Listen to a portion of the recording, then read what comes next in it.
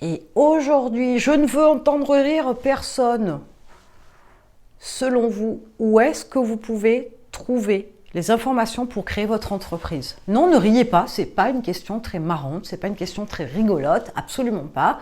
Et elle n'est pas là pour vous faire rire, que nenni. Je pose vraiment la question parce qu'il m'est arrivé d'avoir des personnes en face de moi qui m'ont posé la question. Et j'ai trouvé ça assez étrange.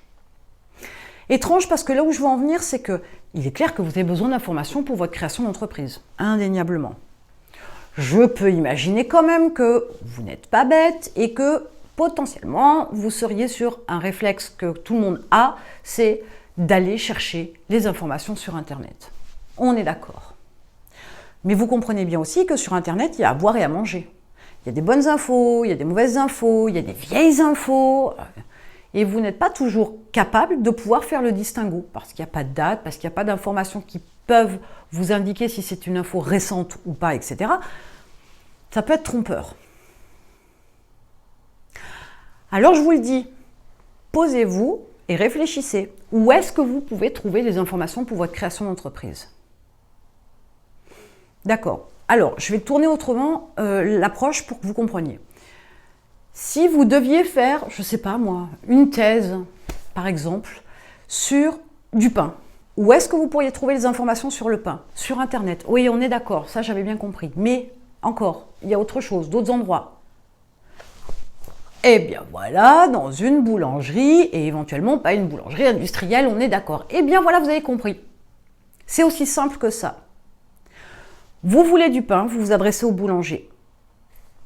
Pour avoir les informations sur votre thèse sur le pain, vous allez vous adresser à un professionnel qui sait.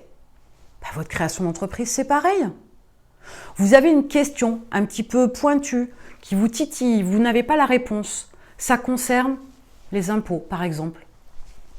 Un téléphone, ou même par le biais de sites en ligne, parce que c'est de plus en plus possible maintenant. Mais vous pourriez très bien prendre votre téléphone, vous appelez le service des impôts, vous appelez votre expert comptable si vous en avez un. Voilà 2 professionnels que vous avez à disposition sous la main qui peuvent vous répondre. Il y a d'autres interlocuteurs possibles, entendons-nous bien, mais n'allez pas sur un forum de discussion.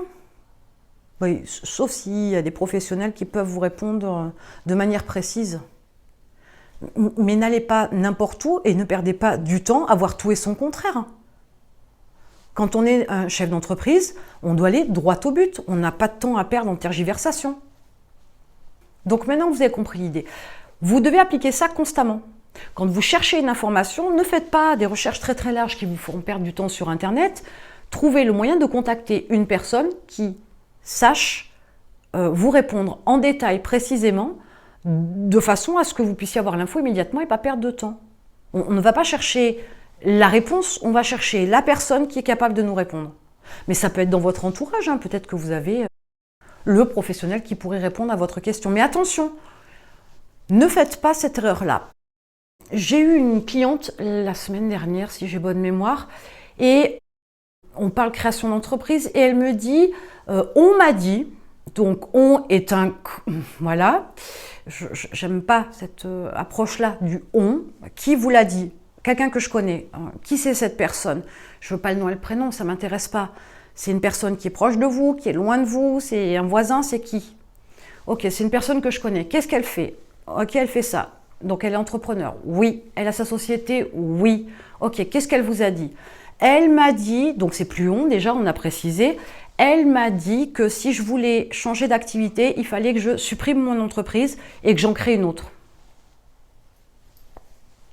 Ok, donc en fait, elle est allée chercher l'info auprès d'une personne qui ne s'occupe que de son entreprise, parce qu'elle vend des produits et elle n'est absolument pas ni expert ni quoi que ce soit. Elle ne s'occupe que de sa petite boîte. Et elle ne forme pas, elle n'aide pas, elle n'accompagne pas, rien du tout. Elle n'est pas dans un cabinet, rien de tout ça. Mais elle sait, donc ma cliente répète. Ma cliente a foi en la parole de la personne qui lui a donné l'information. Ce qui est logique, elle la connaît, elle ne me connaît pas. C'est évident. Sauf qu'à aucun moment donné, elle a remis en question l'information. Elle n'a pas pris son téléphone pour aller faire vérifier. Si tant est si bien qu'elle en ait besoin. Cela dit, ce n'est pas forcément une information très importante. Donc comprenez bien que Vous devez savoir où est-ce que vous devez trouver l'information. Mais où, c'est plus par qui que où véritablement. Ok, mettez-moi en commentaire. La dernière fois que vous avez fait une recherche sur Internet pour trouver la réponse à une question, au lieu de chercher un qui, mettez-moi combien de temps ça vous a pris. Et dites-moi éventuellement ce que vous recherchez comme information.